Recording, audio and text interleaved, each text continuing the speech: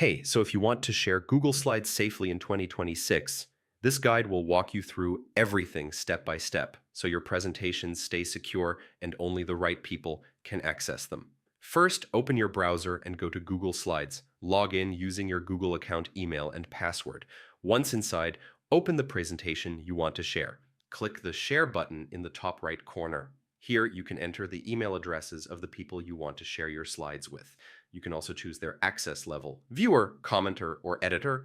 Viewers can only see the slides, commenters can leave feedback, and editors can make changes. Next, use advanced settings to enhance security. Click the settings icon in the sharing window to disable options like downloading, printing, or copying for viewers and commenters.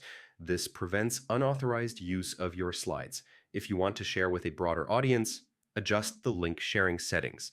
You can choose to share with specific people only or anyone with the link.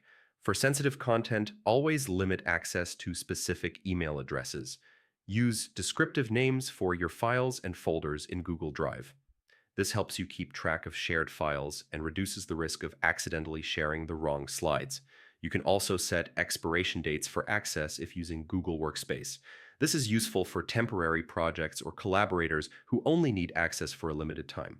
Before sharing, double-check that you're sending the correct version of the slides. Google Slides automatically saves changes in Drive, but reviewing ensures your content is accurate and complete. And that's basically it. By using proper access levels, disabling downloads, controlling link sharing, and reviewing your slides, you can share Google Slides safely and securely. If this helped, hit the like button, share it with trusted people, and don't forget to subscribe for more simple, step-by-step tutorials. I'll see you in the next one.